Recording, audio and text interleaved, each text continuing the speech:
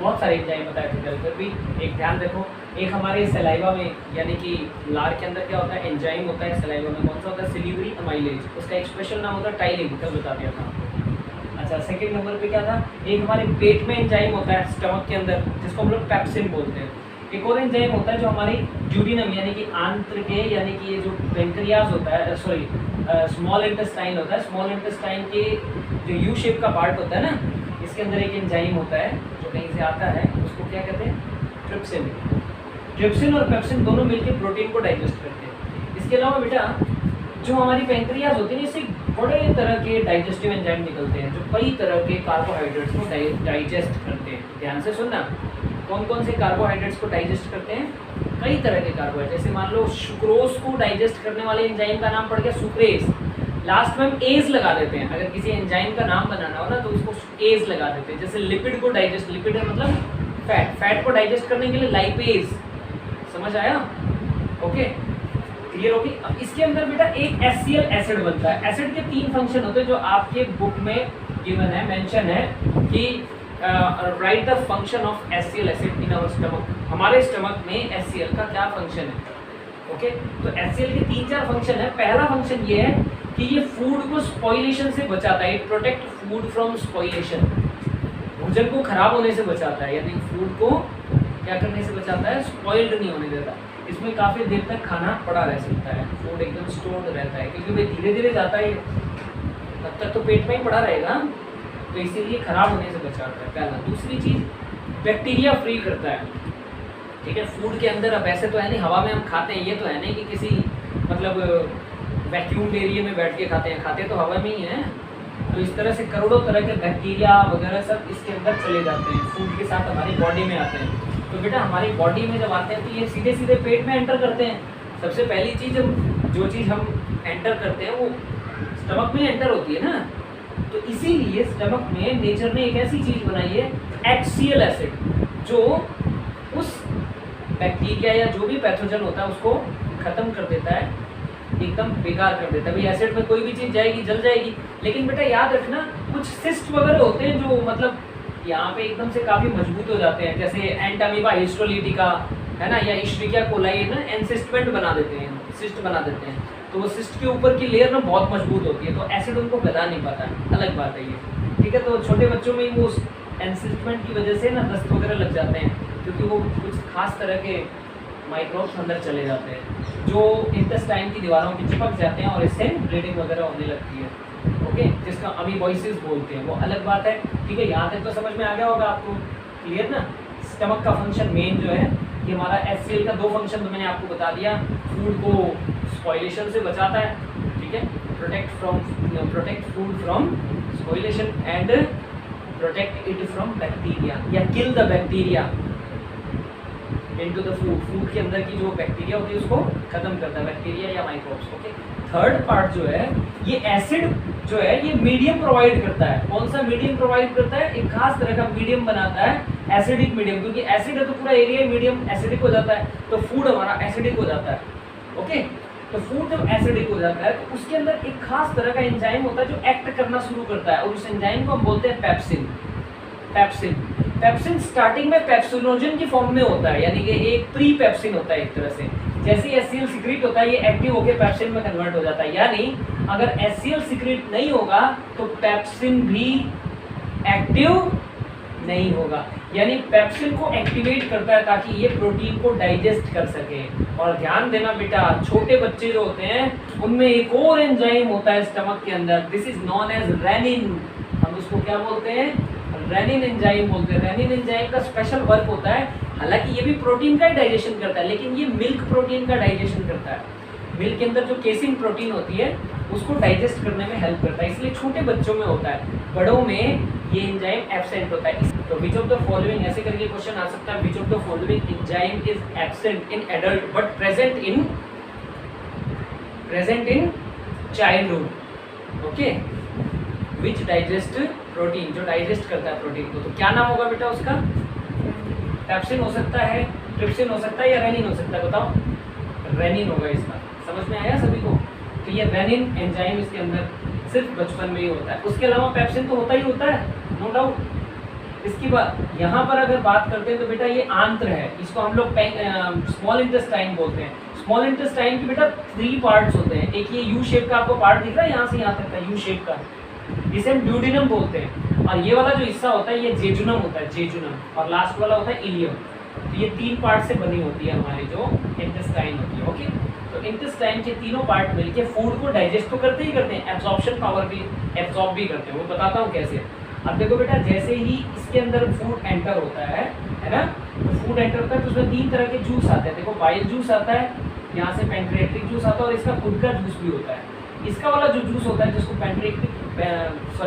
क्या नाम होता है इसका, स्मॉल इंटेस्टाइन, तो इंटेस्टिनल जूस बोलते हैं। तो ये इंटेस्टिनल जूस एसिड को न्यूट्रलाइज कर देता है, कल बताया था ना मैंने। लेकिन इसमें जो एंजाइम होते हैं ना वो सारे बचाते हैं। यहाँ पर सारे के सारे डाइजेशन हो जाता है, ड्यूडिनम तक आते आते सारा डाइजेशन हो जाता है।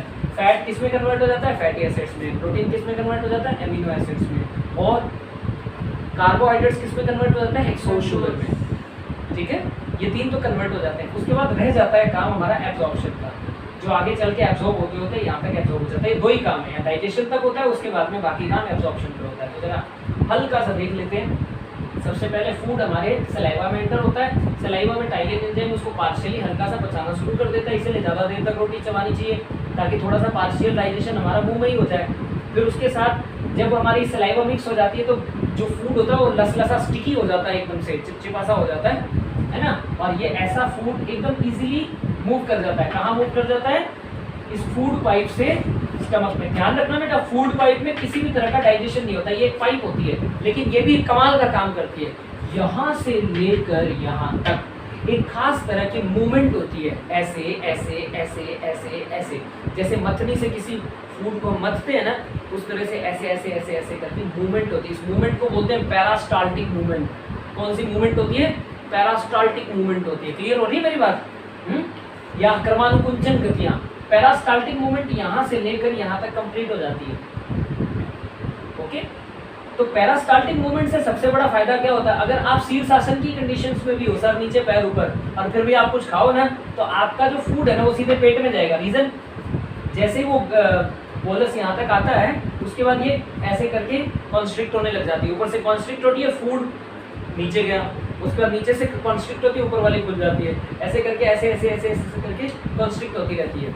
यानी ये अल्टरनेट फॉर्म में ये पूरे बॉडी, मतलब पूरे एलिमेंट्री कैनाल में ऐसे करके मूवमेंट होती रहती है। इस मूवमेंट का नाम याद रखना, this movement was known as peristaltic movement. Okay, तो विच ऑफ द फॉलोइंग, ऐसे करके क्वेश्चन आ सकता है, which of objective question, which of the following.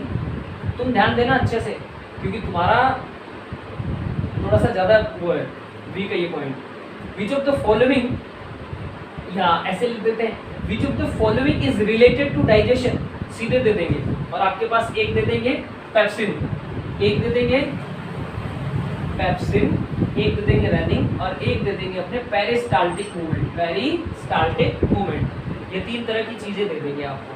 और फिर नीचे लिख देना ऑल ऑफ द एबव। तो बताओ कौन सी चीज़ है जो फूड से रिलेटेड है या डाइजेशन से रिलेटेड है, तीनों ही है ना। तो इसका आंसर क्या हो जाएगा, all of the above. Okay, तो इस तरह से इसमें से ऑब्जेक्टिव क्वेश्चन भी तैयार हो सकता है। अच्छा, अब आप आगे चलते हैं। जब ये फूड सरकते हुए नीचे आ जाता है तो यहाँ पर वो HCl एसिड के साथ मिल जाता है और पेप्सिन उस पर वर्क करना स्टार्ट कर देता है।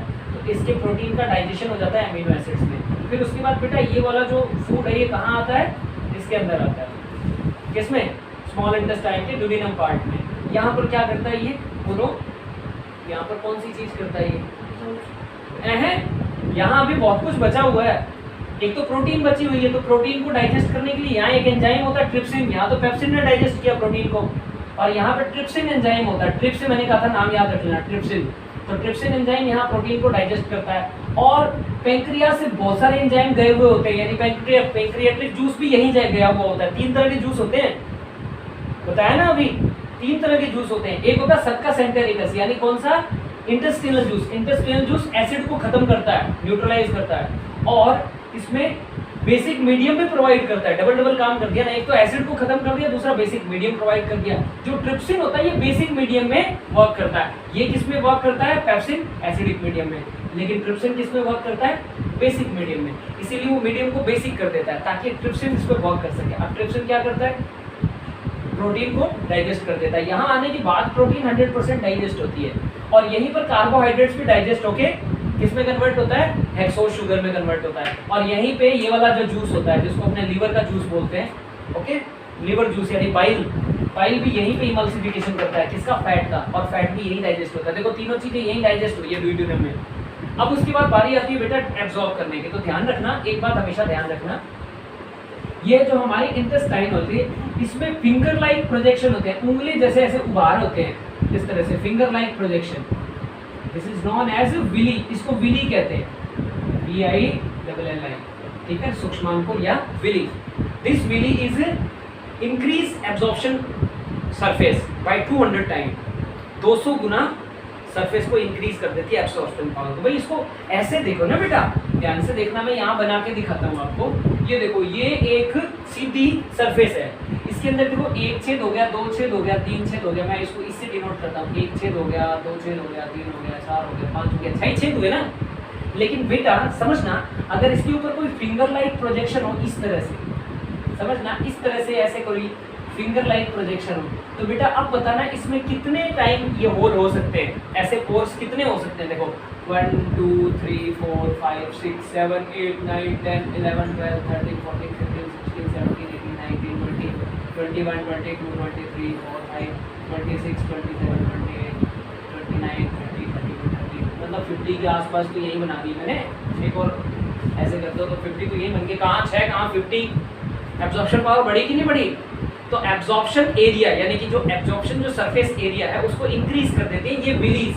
तो ऐसा आ जाता है कि विली कहाँ पे होती है, what is the location, what is villi and what is the location of villi and what are the function of villis. एक तो विली का फंक्शन पूछ लेते हैं, दूसरा ये पूछ लेते हैं कि विली होती कहाँ है। तो वो विली इंटेस्टाइन में होती है, कंप्लीटली इंटेस्टाइन में होती है। एब्जॉर्प्शन पावर जहाँ जहाँ एब्जॉर्प्शन का काम होगा ना वहाँ विली तो होगी, पेट में नहीं होती विली। इसलिए जैसे जैसे ये फूड मटेरियल आगे खिसकता रहता है पेरिस्टाल्टिक मूवमेंट के थ्रू, तो ये आगे खिसकते है ना, ऐसे करके एमिनो एसिड्स एब्जॉर्ब होता है, फिर धीरे धीरे और क्या क्या एब्जॉर्ब होता है, फैटी एसिड्स एब्जॉर्ब हो जाता है, फिर धीरे धीरे आगे जाते और क्या क्या एब्जॉर्ब होता है, मतलब हेक्सोज भी एब्जॉर्ब हो जाता है, सब कुछ एब्जॉर्ब हो जाता है। यहाँ आते सारा कुछ एब्जॉर्ब हो जाता है। रहता क्या, बच क्या जाता है, वाटर एंड मिनरल, क्योंकि मिनरल वाटर में डिसॉल्व होते हैं, तो water and mineral is left. तो ये जो वाटर और मिनरल होते हैं ये लार्ज इंटेस्टाइन इनको एब्जॉर्ब कर लेती है, समझना। क्या ये एब्जॉर्ब कर लेते हैं, लार्ज इंटेस्टाइन वाटर को एब्जॉर्ब कर लेती है, समझना। अगर यहाँ पर वाटर एब्जॉर्ब ना हो तो बंदे को दस्त लग जाता है एकदम पानी की तरह से बाहर। कुछ ऐसे माइक्रोब्स होते हैं, कुछ ऐसे प्रोटोजोन्स होते हैं जो सीधे लार्ज इंटेस्टाइन पे अटैक करते हैं, इस वजह से दस्त लगती है, क्योंकि इसने अपना फंक्शन कमजोर कर देना होता है, उस समय इसका फंक्शन कम हो जाता है। तो जो हम पानी पीते हैं ना, हमारी बॉडी को हर समय वाटर एंड मिनरल की जरूरत होती है हर समय, तो वो वाटर मिनरल हमें लार्ज इंटेस्टाइन से ही एब्जॉर्ब होता है। पानी पीते हो तो कहाँ एब्जॉर्ब होता है, लार्ज इंटेस्टाइन उसको एब्जॉर्ब कर लेते हैं। फूड के अंदर का जो वाटर एंड मिनरल है उसको कौन एब्जॉर्ब करता है, large intestine. By the way यहाँ पे कोई इन्फेक्शन हो जाए तो ये अपना फंक्शन कम कर देगी, यहाँ पेरिस्टाल्टिक मूवमेंट कम होने लग जाएगी, तो पानी का एब्जॉर्प्शन कम हो जाएगा और हमारे शरीर में पानी की क्या हो जाएगी, बॉडी में कमी हो जाएगी, ठीक है। जिस कंडीशन को हम बोलते हैं क्या, condition is known as dehydration. आंखें अंदर घुस जाती हैं, आदमी के मतलब गला सूख जाता है, होंठ सूख जाता है, ऐसे में उसको कौन सा सॉल्ट देते हैं, क्या दिया जाता है, ओरल रिहाइड्रेशन सॉल्ट यानी ORS। छोटे बच्चों को अक्सर देते हैं ना ORS, पानी में डिसॉल्व करके। क्या होता है ORS में, ओरल रिहाइड्रेशन सॉल्ट में क्या होता है, थोड़ा सा चुटकी भर नमक यानी NaCl की सही क्वांटिटी, KCl की सही क्वांटिटी और थोड़ा सा सिट्रिक या फोलिक एसिड वगैरह हो जाता है। तो इन चीज़ों को पानी में मिक्स करके एक गिलास पानी में 2 चम्मच डाल के और पिला देते हैं। तो इससे क्या होता है, हमारी बॉडी में ये जो मिनरल की कमी है ना ये पूरी हो जाती है, क्योंकि बिना मिनरल के पानी पियोगे तो कोई फायदा तो होगा नहीं। क्लियर हो रहा है, ये तो तभी होगा जब मिनरल के साथ, तो फिर ये मिनरल को वापस हमारी बॉडी में डाल देता है, ठीक है। तो आदमी एकदम से रिहाइड्रेट हो जाता है, डिहाइड्रेशन से रिहाइड्रेट यानी वापस उसके अंदर बॉडी में पानी जो सही मात्रा में वो चला जाता है, सही क्वांटिटी में वाटर। समझ में आया। तो कई बार ऐसे पूछ लेते हैं कि विच of the following part is injured when diarrhoea is in the condition of diarrhea disease, which of the following part of alimentary canal is infected। कौन सा पार्ट इन्फेक्टेड होता है बताओ, लार्ज इंटेस्टाइन, क्योंकि निकल रहा है सारा पानी बॉडी से, है ना, पतले पतले दस्त हो रहे हैं, तो उसकी वजह से क्या होता है ये, तो ये वाला हिस्सा ज़्यादा इंजर्ड होता है। ये तो था बेटा कंप्लीट डाइजेशन, सबके फंक्शन हो गए, विली के फंक्शन हो गए, स्टमक में HCl का फंक्शन हो गया। अब कुछ लोगों का ये सवाल होता है कि ये इतना खतरनाक एसिड होता है, स्टमक की दीवार को खराब क्यों नहीं करता? तो इसका सीधा सा जवाब है क्यों नहीं खराब करता है, क्योंकि इसके नीचे एक म्यूकोसा की बहुत ही स्ट्रॉन्ग लेयर होती है हमारी बॉडी में, सबसे जो एसिड रेजिस्टिव होती है। अगर वो एसिड हमारी बॉडी की कहीं और पड़ जाए तो पूरा बॉडी जल जाएगा, खत्म हो जाएगा धीरे धीरे, लेकिन वो चीज़ जो है वो एसिड से बचाती है पेट को। इसीलिए तो जैसे ही ये एसिडिक मटेरियल यानी ये जो फूड है इसमें जाता है ना, एंटर करता है, वैसे क्या होता है इसमें एक तो वाटर और मिल जाता है, दूसरा HCl खत्म हो जाता है। समझ में आया? तो बेटा फूड में जब कोई भी फूड जो है वो पेट में होता है, स्टमक में होता है, तब उसका नाम होता है काइम या चाइम, एक ही बात है, CHIME, काइम। उस फूड की जो उल्टी में जो बाहर निकलता है ना जो मटेरियल, वो पेट वाला ही मटेरियल होता है। इनके अधिक खाना खाने से या गैस बनने से क्या होता है, ये जो स्फिंक्टर होता है ना ये खुल जाता है थोड़ी देर के लिए, और खुल जाता है और पेट का सारा मटेरियल बाहर आ जाता है, जिसको हम लोग बोलते हैं वोमिटिंग यानी उल्टी। तो वोमिटिंग में देखो जो मटेरियल बाहर आता है ना वो एक्चुअल में क्या होता है, वो पेट के अंदर वैसा ही होता है मटेरियल, जिसको हम लोग बोलते हैं क्या, chyme. This is known as chyme, technically इसका नाम है, याद रख लेना। और उसके बाद बेटा जैसे ही ये इंटेस्टाइन में जाता है ना और डाइल्यूट हो जाता है, और डाइल्यूट हो जाता है, और ज़्यादा पानी की तरह हो जाता है। And now this is known as chyle, chyme से क्या बन गया, चाइल या काइल। ओके, तो ये दो टेक्निकल टर्म है, नाम याद रखना। और उसके बाद में स्टूल वगैरह में कन्वर्ट हो गया। फूड की हैबिट के बेस पे दो तरह के मैंने आपको बताए थे, कौन होते हैं, दो तरह के ऑर्गेनिज्म होते हैं। पहला ऑर्गेनिज्म होता है ऑटोट्रॉफिक, दूसरा होता है हेटेरोट्रॉफिक। ऑटोट्रॉफिक का देख लो क्या होता है। ऑटोट्रॉफिक में भी कुछ बातें कर लेते हैं, इतना तो समझ में आ गया होगा, क्लियर है। फोटोसिंथेसिस की, ये भी तो ऑटोट्रॉफिस क्या करते हैं, ऑटोट्रॉफिस कार्बन डाइऑक्साइड उठाते हैं और वाटर उठाते हैं, यानी कि जो हमारे प्लांट हैं वो क्या क्या लेते हैं, कार्बन डाइऑक्साइड एंड वाटर। ये दोनों चीजें उन्हें नॉर्मली मिल जाती हैं। वाटर कहाँ से मिलता है, जमीन से, रूट से, और कार्बन डाइऑक्साइड कहाँ से मिलता है, पत्तों से, लीव से। लीव्स होते हैं ना, लीव्स में छोटे छोटे छेद होते हैं, है ना, छोटे छोटे पोर होते हैं, जिनको हम लोग स्टोमेटा बोलते हैं, जो गार्ड सेल से ढके रहते हैं। देखो इनकी शक्ल ऐसी होती है। जितने भी गैस एक्सचेंज के काम है इसी स्टोमेटा के पोर से होते हैं। ऑक्सीजन भी यहीं से बाहर निकलती है। ये जो इसके ड्यूरिंग यहाँ पर जो कार्बोहाइड्रेट्स बन जाता है हमारा, कार्बोहाइड्रेट्स या ग्लूकोज या हेक्सोज कह देते हैं, कार्बोहाइड्रेट्स सबसे ये फूड मटेरियल है, ये फर्स्ट फूड मटेरियल है जो प्लांट खुद बनाते हैं, खुद भी खाते हैं, हम भी खाते हैं इसको। और साथ में बनता है बेटा ऑक्सीजन गैस। ओके, तो ये ऑक्सीजन गैस भी कहाँ से निकलती है, इसी स्टोमेटा से। और ये कार्बन डाइऑक्साइड भी कहाँ से एंटर होती है, इसी स्टोमेटा से। और जो वाटर वेपर होता है वो भी इसी स्टोमेटा से निकलता है। वाटर वेपर निकलने की प्रोसेस को क्या कहते हैं, ट्रांसपीरेशन। समझ में आया? लास्ट ईयर आपने पढ़ा होगा ट्रांसपीरेशन, वाटर वेपर मतलब कि वेपोराइजेशन, मतलब प्लांट से 99% वाटर वेपोराइज हो जाता है, क्लियर ना। ये कि नेसेसरी इविल है, नेसेसरी भी है, इविल भी है। अभी 99% वाटर निकल गया, इविल है, लेकिन नेसेसरी भी है। अगर ये ना हो तो मतलब वाटर और मिनरल दोनों ऊपर ही ना जाए जाइलम फ्लोएम के थ्रू। और मैंने आपको बताया था जल के लिए जाइलम और फूड के लिए फ्लोएम, ये चीज़ हमेशा रख लेना। जल के लिए क्या, जाइलम, यानी कि वाटर एंड मिनरल्स ऊपर कहाँ जाते हैं, जाइलम के थ्रू, और फूड के लिए फ्लोएम। और जो ये जो फूड बनता है ये प्लांट्स के वेरियस पार्ट में किससे जाते हैं बताओ, फ्लोएम से जाते हैं। तो ये ट्रांसपोर्टेशन का काम ये दोनों ही करते हैं, किसमें, प्लांट में। कौन, xylem and phloem, xylem and phloem, ये किसका काम करते हैं, ट्रांसपोर्टेशन का वर्क करते हैं। और ये आपके एग्जाम में भी आएगा, लास्ट ईयर भी आया था, अभी भी आएगा। What are the main function of xylem या फ्लोएम, दोनों में से कोई एक आ जाता है तो बता दोगे। फ्लोएम तो फूड मटेरियल को वेरियस पार्ट तक पहुंचाता है, ठीक है। Phloem transport food material to various part of plant, plant के वेरियस पार्ट तक पहुंचाता है। और जाइलम का क्या लिखोगे,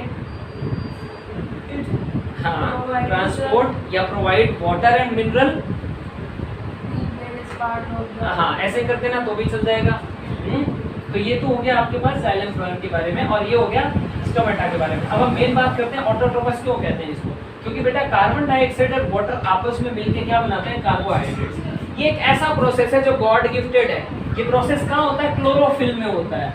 कहाँ पे होता है, क्लोरोफिल क्लोरोफिल। और क्लोरोफिल किस में होता है? ये खास तरह के प्लास्टिड में होता है। उस प्लास्टिड को हम क्या बोलते हैं? क्लोरोप्लास्ट। वो क्लोरोप्लास्ट का होता है, वो क्लोरोप्लास्ट होता है लीव्स के बीच में।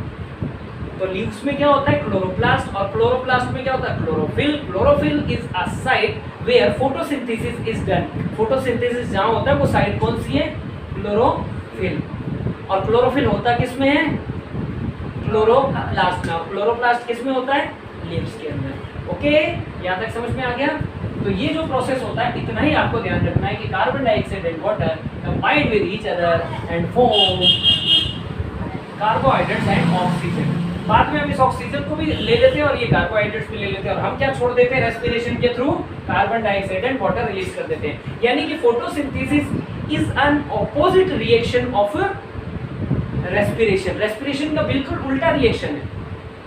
अब आप देखो, एक चीज मैं केमिस्ट्री में भी आपको इसका एक हिस्सा बता दूं कि देखो बेटा, जब ये क्लोरोफिल जो है लाइट एब्जॉर्ब करता है in the presence of sunlight, sunlight की प्रेजेंस के बिना फोटोसिंथेसिस हो ही नहीं सकता। This is not possible. Clear हुआ? सनलाइट का प्रेजेंस होना मोस्ट इंपॉर्टेंट है, क्योंकि बेटा सनलाइट से एनर्जी मिलती है। ये एनर्जी कौन एब्जॉर्ब करता है? ये एनर्जी क्लोरोफिल एब्जॉर्ब करता है ना। क्लोरोफिल एब्जॉर्ब करने के बाद ये एनर्जी किसको देता है? कार्बन डाइऑक्साइड और वाटर को अटैच करने में लगाता है। यानी इस रिएक्शन में कौन सी चीज यूज हुई? बताना। एनर्जी यूज हुई। हाँ, sunlight as a energy use हुई, एक तरह से हीट ही मान लो, हीट यूज हुई। तो उस रिएक्शन को क्या बोलते हैं जिसमें हीट एब्जॉर्ब होती है? बताना जरा। The reaction in which heat is absorbed is called endothermic reaction. ठीक है? उष्मा शोषी। क्लियर ना? Endothermic reaction.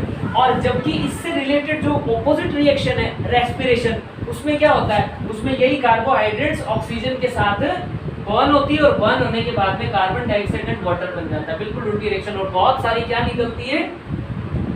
एनर्जी निकलती है। तो ये तो एक्सोथर्मिक हो गई ना, बिल्कुल इसका उल्टा उल्टा होगा कि फोटोसिंथेसिस भी है। तो बेटा इतना ध्यान हो गया आपको? ये फोटोसिंथेसिस के बारे में था, अबाउट फोटोसिंथेसिस। यहाँ से प्रश्न बहुत सारे बनते हैं। Which of the following process is known as endothermic reaction? आपके पास चार ऑप्शन दे दें। पहला ऑप्शन दे दें फोटोसिंथेसिस, दूसरा दे दें रेस्पिरेशन, तीसरा दे दें बोथ, और चौथा दे दें नन। तो बताओ कौन सा होगा? एंडोथर्मिक फोटोसिंथेसिस होगा। ठीक है, समझ में आ गया? इस तरह से बहुत सारे question. Where photosynthesis is take place, या टू प्लेस कहाँ होती है फोटोसिंथेसिस? क्लोरोफिल या क्लोरोप्लास्ट में, या दोनों में? Chlorophyll first option, second chloroplast, B both, और सी नन। बताना पक्का? हाँ, क्लोरोप्लास्ट में क्लोरोफिल होता है, क्लोरोफिल में ये प्रोसेस होता है। दोनों मत लिखा ना, कंफ्यूज करने के लिए दोनों हो सकता है। तो कुछ लोग सोचते हैं कि एक ही नाम हिला होगा उसको, ठीक है? कुछ लोग सोचते हैं कि एक ही नाम है, लेकिन वो एक नाम नहीं होता, तो अलग अलग। एक में दूसरा है, जैसे एक घर के अंदर एक रूम होता है ना, उसी तरह से क्लोरोप्लास्ट में क्लोरोफिल होता है, जो ग्रेना इंटरग्रेना और स्ट्रोमा और ग्रेना से बना होता है। इतना ध्यान रखिए। ये तो होता है क्लोरोफिल। तो प्लांट की बात है, प्लांट का ट्रांसपोर्टेशन भी हल्का सा बता दिया। अब बेटा हेटेरोट्रोफस, जिसकी मैंने बात की थी इससे पहले, हेटेरोट्रोफस ये भी कई तरह के होते हैं फूड हैबिट के आधार पे। पहला होता है सेप्रोफिटिक, सेप्रोफिटिक या सेप्रोफाइटिक। ऐसे ऑर्गेनिज्म जो अपना फूड किससे लेते हैं? डेड मटेरियल से लेते हैं, डेड मटेरियल से। उन्हें हम क्या कहते हैं? सेप्रोफिटिक।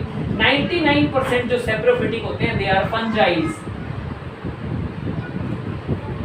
ठीक है, आप देखो कहीं पे भी उग जाते हैं। कुकरमुत्ता, यू नो, एक तरह का क्या है वो? फंगस है। मशरूम एक तरह का क्या है? फंगस है, कहीं भी उग जाता है। इसके लिए लाइट की जरूरत नहीं होती है, सनलाइट की। ये जो फंगस होते हैं ना, ये हरे नहीं होते हैं, किसी भी कलर के होते हैं, ये हरे नहीं होंगे।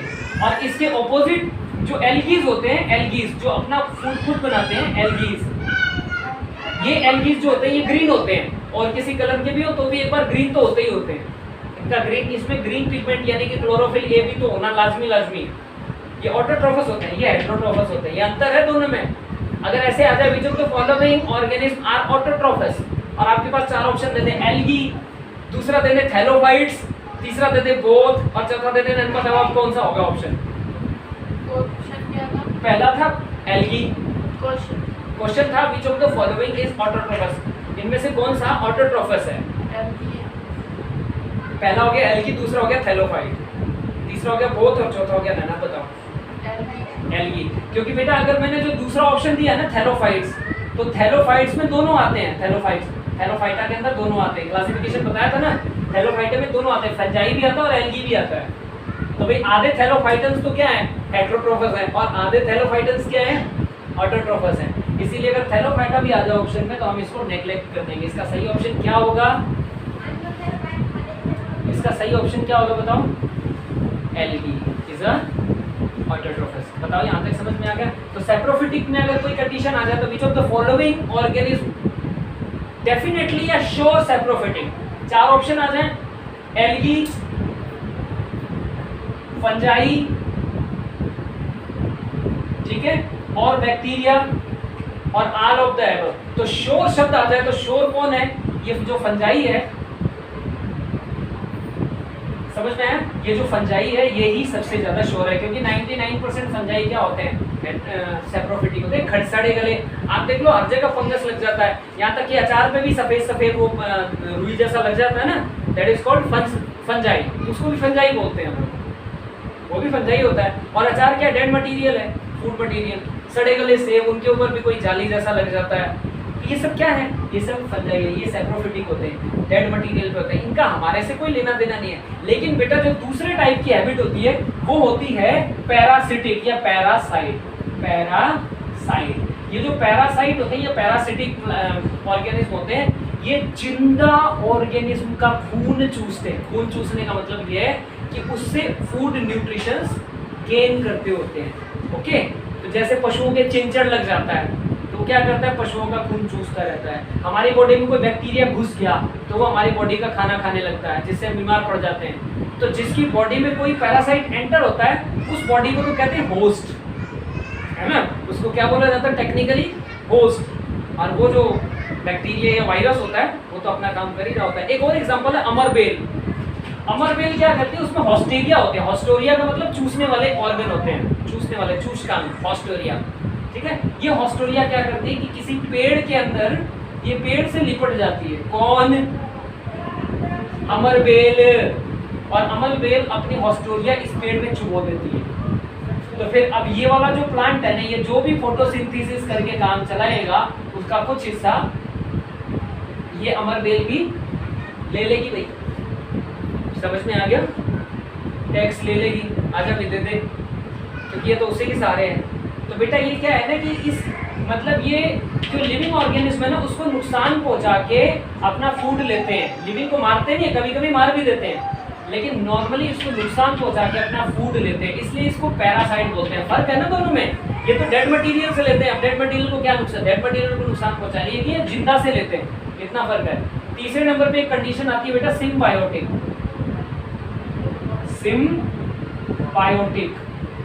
सिम्बायोटिक कंडीशंस मींस दो ऑर्गेनिज्म अपने बेनिफिट के लिए एक दूसरे से अटैच होते हैं। अगर एक को अलग करो ना तो दूसरा ऑटोमेटिक मर जाएगा। क्या प्यार है, एक को अलग करो दूसरा ऑटोमेटिक मर जाएगा। तो अगर बेनिफिशियल वर्क के लिए दो ऑर्गेनिज्म एक साथ आते हैं तो उसको हम सिम्बायोटिक कंडीशंस कहते हैं। जैसे फॉर एग्जांपल मटर समझते हो ना, गार्डन पी के जड़ों में एक बैक्टीरिया होता है जिसको हम लोग क्या बोल देते हैं, राइजोबियम। गांठें होती है छोटी छोटी, है ना, नोड्यूल्स होते हैं, उन नोड्यूल्स में राइजोबियम नाम का एक बैक्टीरिया होता है, राइजोबियम। ये बैक्टीरिया क्या करता है, एटमॉस्फेयर की नाइट्रोजन को कैप्चर करता है और किसमें कन्वर्ट कर देता है, नाइट्रेट्स में। ये नाइट्रेट्स कौन ले लेता है, प्लांट ले लेते हैं, और किसमें कन्वर्ट कर देते हैं, प्रोटीन में, है ना, प्रॉफिटेबल। फिर उससे थोड़ा बहुत फूड इसको भी मिल जाता है, और इससे अगर ये ना हो खत्म कहानी, पौधा ही मर जाएगा। अगर ये ना हो तो पौधा ही खत्म। बताओ यहाँ तक समझ में आ गया, नहीं आया, आ गया ना पूरा? हाँ, तो बस ये हो गया राइट। दूसरा एक और एग्जांपल देता हूँ, लाइकन्स, जिससे हमें लिटमस सॉल्यूशन मिलता है। लाइकन्स क्या होते हैं, एल्गी प्लस फंजाई। ये अनोखा एक कॉम्बिनेशन है गॉड का, एल्गी प्लस फंजाई। एल्गी तो फंजाई को खाना बना के देता है, यानी फूड देता है, बदले में फंजाई इसको रॉ मटेरियल और प्रोटेक्शन देता है ना, हो गया ना बढ़िया काम। तो इस तरह से ये दोनों एक दूसरे के बिना नहीं रह सकते। This condition is known as lichens. ये भी एक सिम्बायोटिक कंडीशन होती है। बताओ समझ में आ गया, क्लियर हो गया?